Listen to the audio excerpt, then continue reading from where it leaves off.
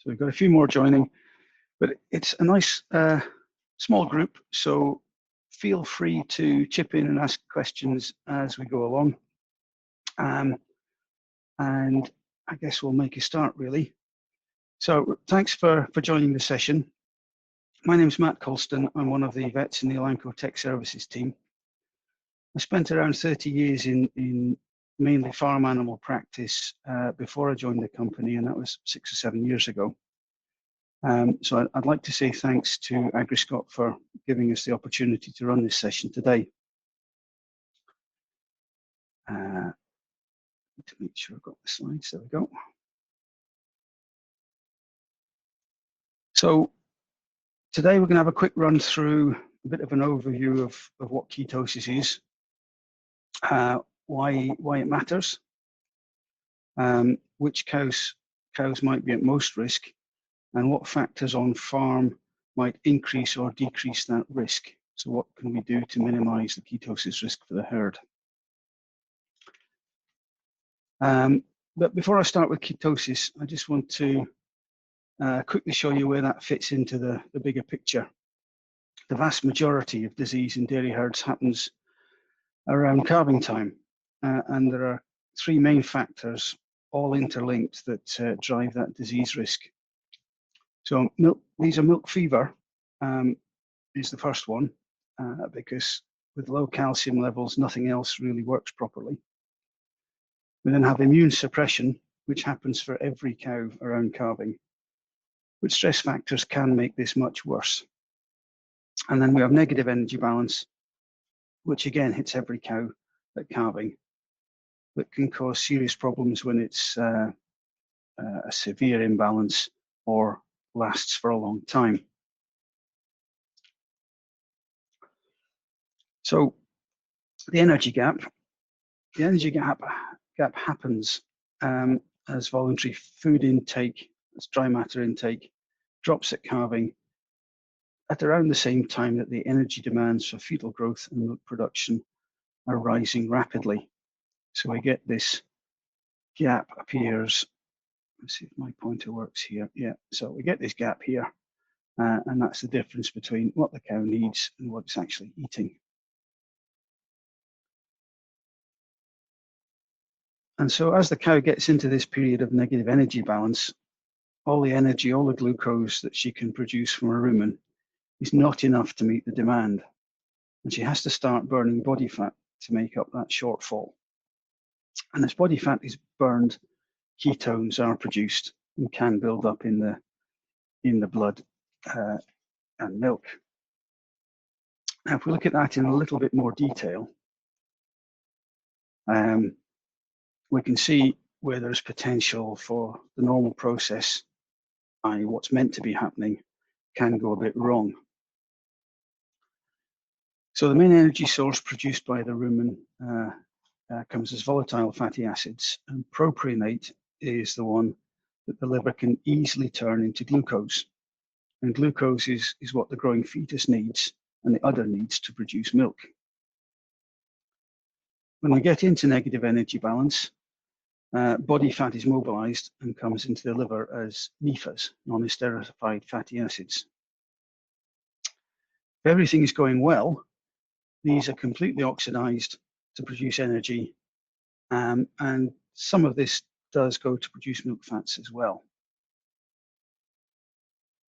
When the liver is under pressure and too much fat is being mobilized too quickly, some of this fat is re-esterified, turned back into fats and stored in the liver. And if too much of this happens, that's when we get fatty liver disease. Again, some of this re-esterified, these triglycerides, are used for milk fat production. And some of these NEFAs will be incompletely oxidized, which ends up in the production of ketones. And it's when that production of ketones outstrips the liver's ability to finish off that oxidization process that we get ketosis, an increase in blood ketone levels. And ketosis comes in two forms, so two different levels. Firstly, we have clinical ketosis, where the ketone levels are high enough to make the animal obviously unwell. And secondly, we have subclinical or hidden ketosis, where the cow looks normal, but there's enough ketones circulating to upset how well other things are working. And clinical ketosis is not very common, but subclinical ketosis happens in every herd and ranges from anywhere from single figures to more than 60% of the herd affected. So why does it matter? Well, even with subclinical ketosis, it means we get more disease, reduced milk yields, and reduced fertility.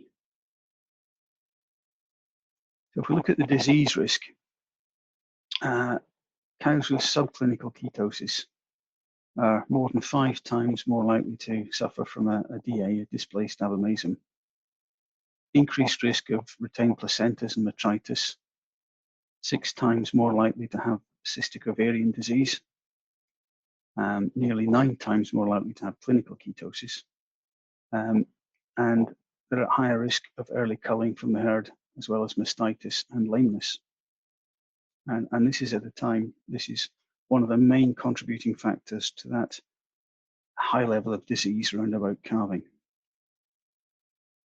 Looking at fertility, cows with subclinical ketosis will take on average 22 days longer to come back into cycling activity after calving. And because eggs produced when there are high ketones are of poorer quality, they're 50% less likely to become pregnant on first AI.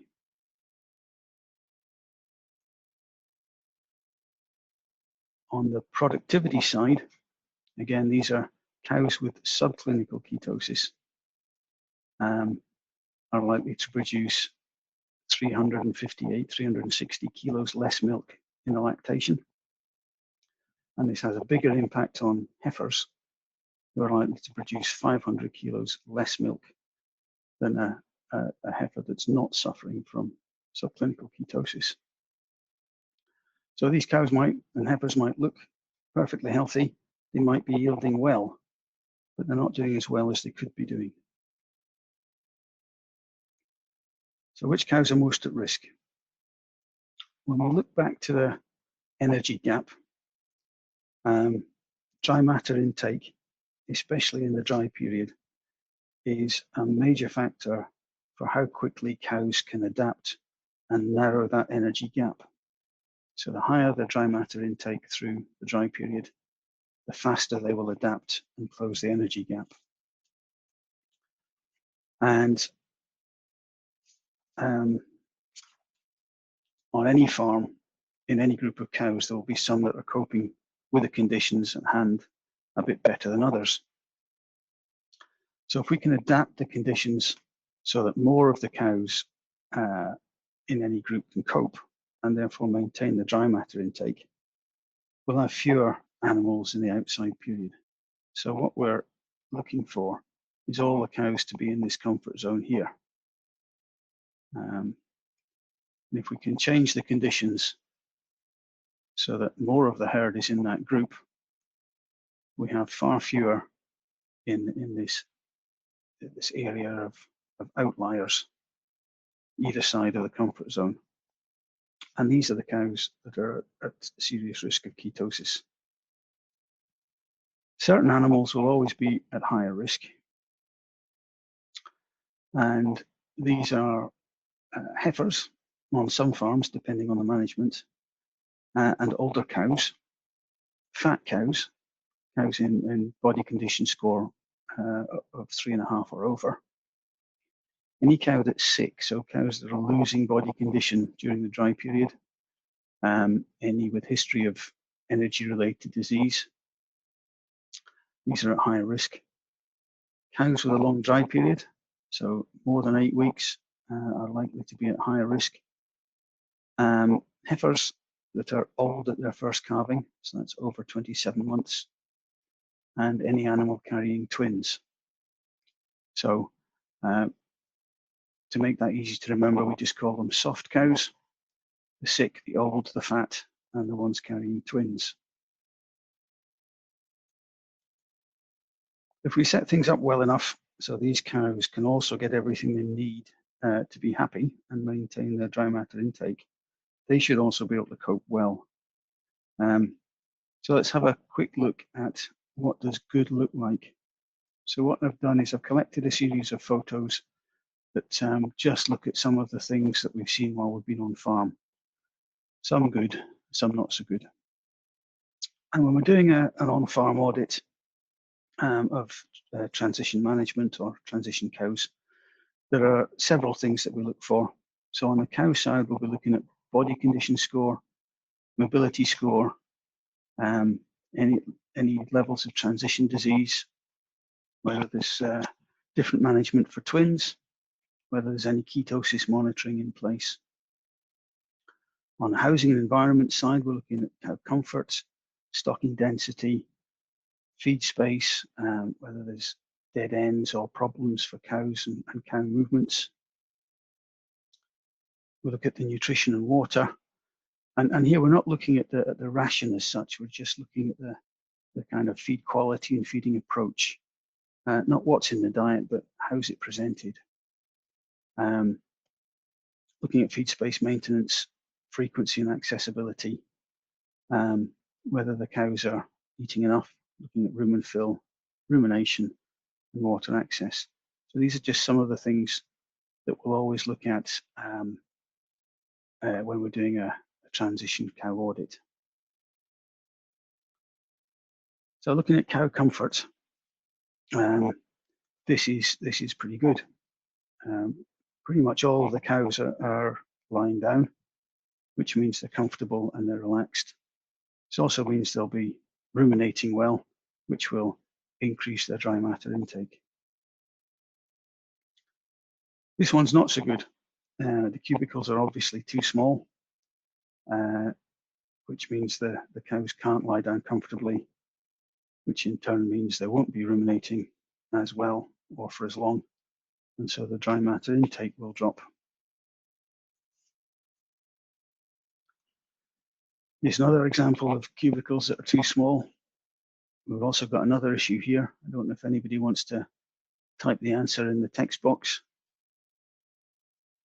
Another issue that can be encouraging these cows not to lie properly in the cubicles.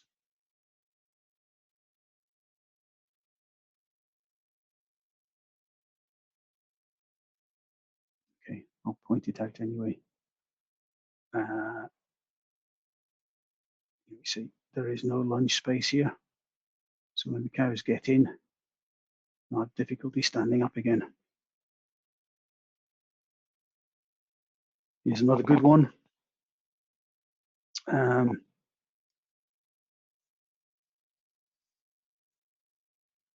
Plenty of room, comfortable beds, plenty of lunge space.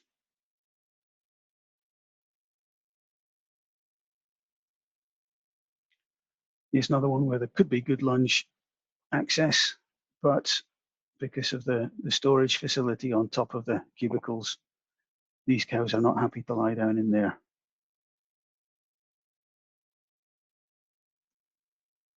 And the same here, we've got a brick wall in front. And this is a picture of a shed that was in the process of sorting out lunge space for the cubicles against the wall. Just knocking the wall out to give them room to lean forward.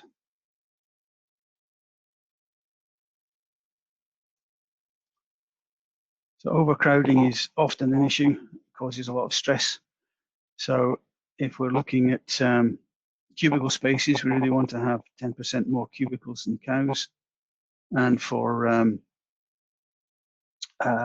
straw-bedded yards, we're looking for around 10 square meters per cow. And that needs to increase if we're looking at high-yielding herds. So we're going up to a square meter per 1,000 litres. So that would be 14 square meters for a 14,000 litre cow. And that's quite a lot of space. And that's measuring bedded space only, not the standing space or the feeding space. Looking at feed space, What we're looking for is there room for everyone to feed at the same time?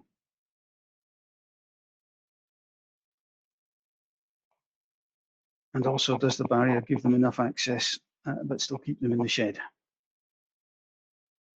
So we always get a few escape artists. This barrier obviously keeps them in, but you can see that there isn't enough feed space here. The cows are queuing for the feed. And if you look closely, here, you can see there's a lot of neck damage in these animals. There. So, and that one. So that barrier is not a great design. It's obviously causing some trauma as they're leading through trying to feed. And that will be impeding their feed intake.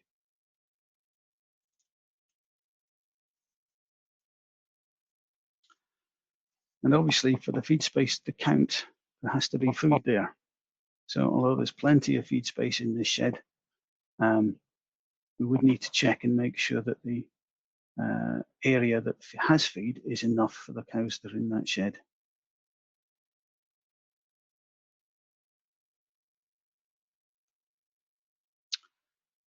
And apologies for the Spanish, but for barriers where we've got head yokes or partitions, we need to have 5 spaces for every 4 cows. And this picture demonstrates quite nicely why that's the case.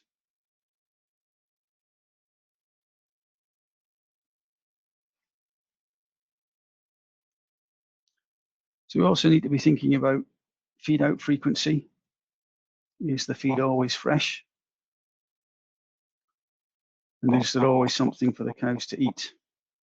If we do wait until they've eaten up or cleaned up completely, this again will reduce dry matter intake. So we've got to feed out with an expectation that there's going to be a small amount of leftovers to clear away every time before the fresh feed goes in. So these cows are hungry and waiting.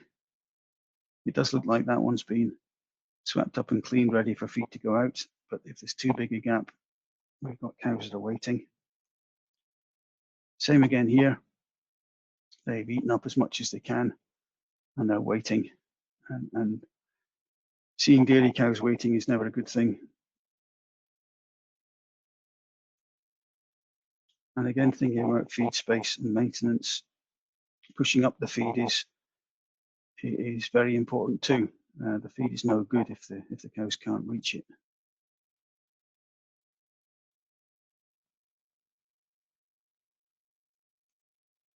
So the next thing I'm going to talk about just a little bit is ventilation. Ventilation is really important for humidity control as well as cow comfort. And air quality, we might not think it, but poor air quality causes quite a high level of stress for cows indoors. But ventilation is also really important for managing heat stress. And in the UK, we tend not to think about heat stress very much because it's often cold and damp and miserable. But cows can start to suffer from heat stress at temperatures as low as 25 degrees. And we all saw temperatures well above that this summer. And it doesn't take many days to start to have a serious knock-on effect on cow welfare and disease risk. So installing fans, making sure there's good ventilation is a key point for minimizing cow stress and reducing that disease risk when they come around to calving.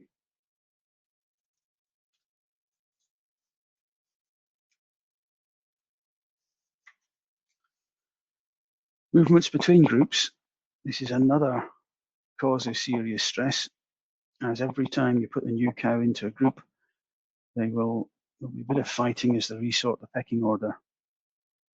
And that goes on for days. It's not just a short-term event. So we can reduce this by moving cows in groups of 2 or more, and we can minimize the stress by making sure we don't do any movements between groups any more often than once a week. Ideally, cut that to once a fortnight. if you've got pen space to do it. And the pecking order is also important when we're thinking about pen layout. There's only one gateway in this pen between the bedded area and the feed space. So when the dominant cow, when the bully in the group stands there, nobody else gets to move between feeding and resting. And here's another shed where things are a bit better. We've got wide passageways. We've got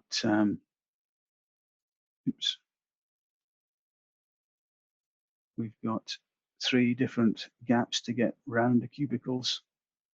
There's room for the cows to move around and avoid the bully cow and still get to the water and the feed when they want to.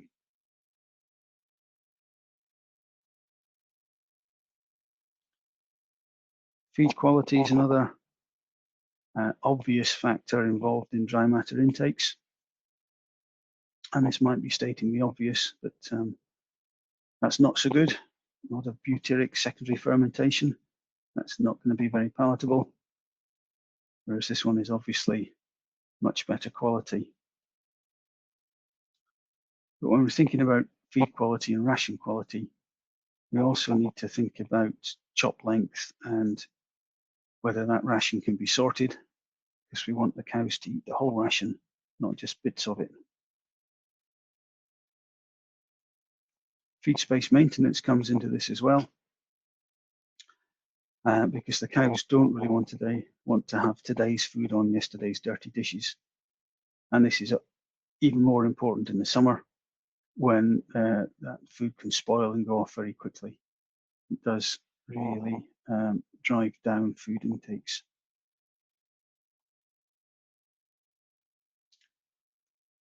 And dry cow rations are mostly high fibre, low energy density rations. So it's a bit like doing the cream cracker challenge. So the cows will need a lot of water to wash that down. And that's a nice trough. That's a trough. It's a tipping trough, so it's kept clean. And yet we do see dry cow pens with just a couple of these in. What we really want is plenty of space, so at least 10 centimeters of linear space per cow, and at least 2 water troughs in every pen. If this is the bully cow, nobody else is going to get a look in there.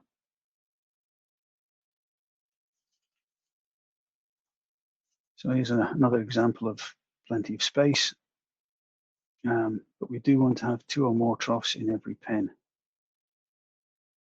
This cow in the middle here is blocking access to everybody else from that side.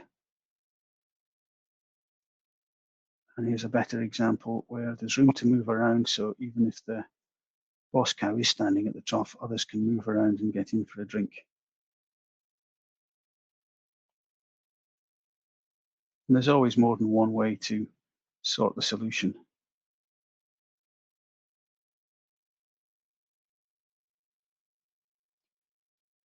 So water quality is obviously very important alongside access.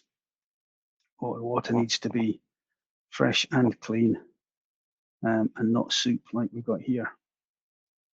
So as well as making sure there's adequate access, we've got to make sure the troughs are cleaned out frequently, which is where the tipping troughs come in.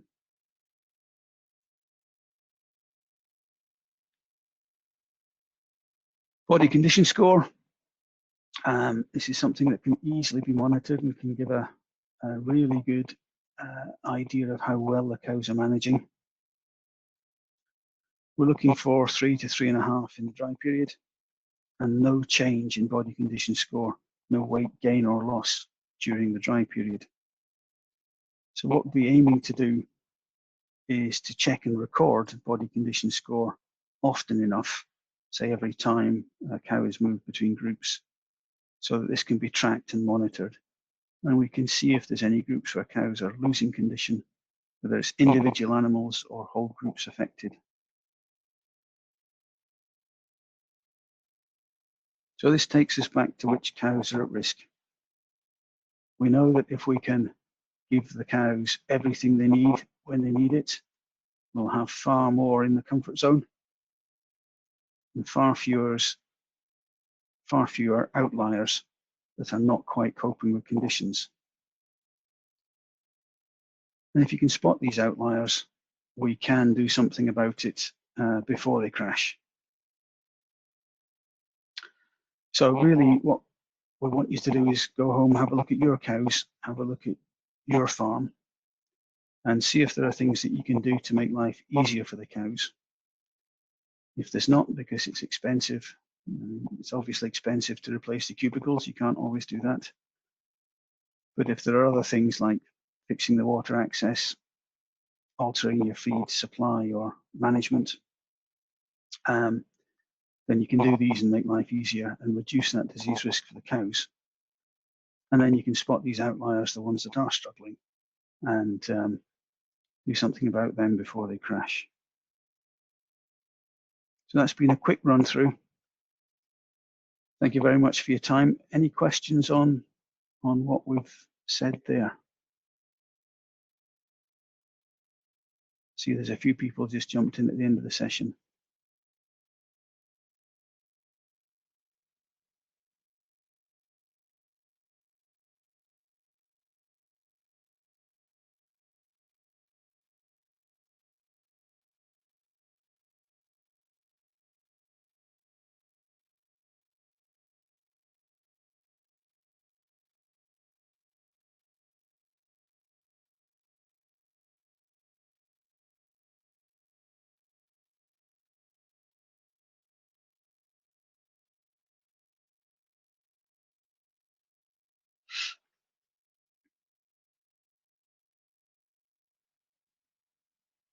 Okay, if there's any questions or any comments, that's been quite a quick overview. So please type in the chat box anything you'd like to go back over again.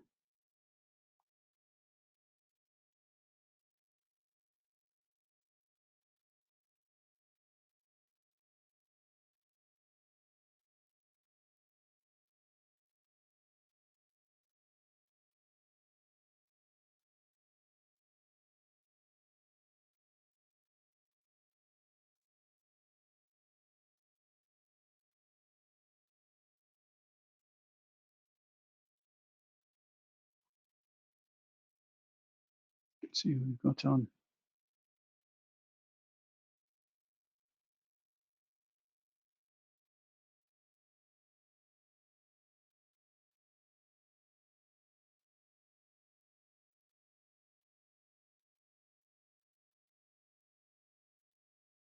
we got any dairy farmers on that want to just type something in the box?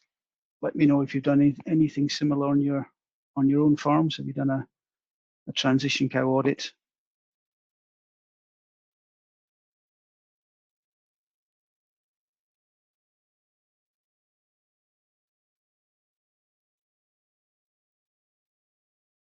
Okay, question here from Roxanne. On smaller farms where group movements are not possible, how would you recommend farmers deal with moving cows to reduce stress? Always move them in groups, at least two. I think even on the smallest farms, we can always move two at a time, and make sure you try and group them together so that you're not moving them more than once a week.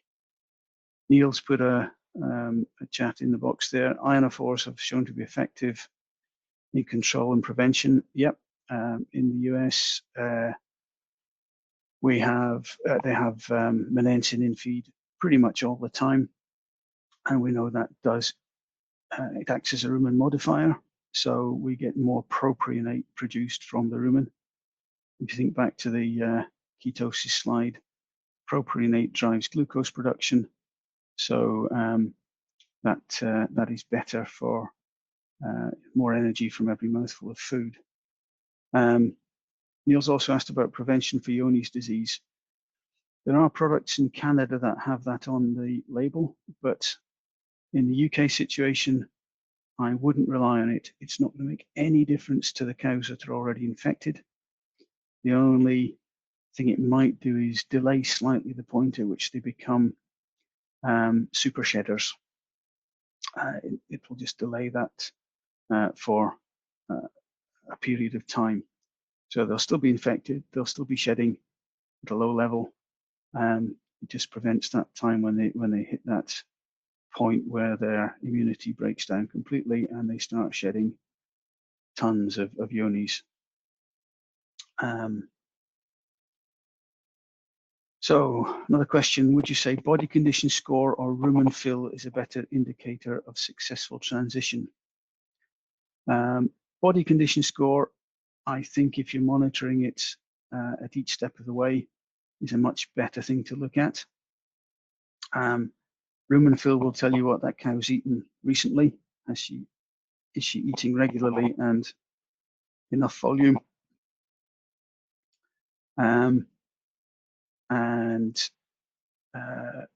But body condition will tell you whether we're having groups losing weight, groups gaining weight, or just individuals. Neil said it's inophores reduce infection in calves, and that's because we delay the point at which they become super shedders. But for a real to get a real handle on Johne's disease, I wouldn't rely on monensin or ionophores in the cow ration. You want to get a proper testing program in place and have a sin bin for or a dirty calving box for Johne's cows that's cleaned and disinfected between sessions, all that kind of stuff. But I suppose every little helps. So I haven't really gone into much detail on what you can do with your outliers.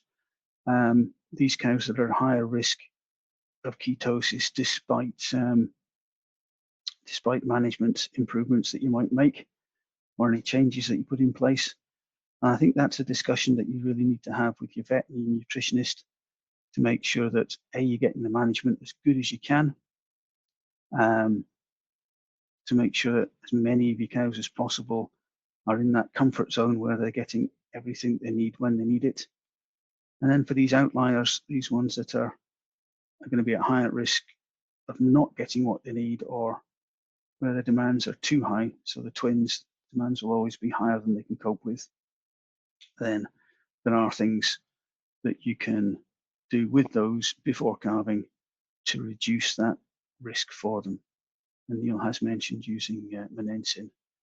So there are monensin products available that can be used to target these high-risk cows. Yeah, and as Neil says, Goldilocks diet, not too much, not too little. It's got to be just right. So for a dry cow, what she wants is 6 even meals a day. She wants the same in every mouthful. She wants to be able to eat when she wants to eat and rest when she wants to rest.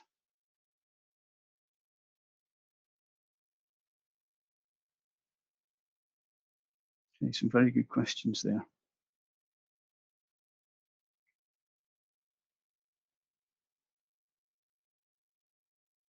We've got some good information on this on our website, which is on the screen there.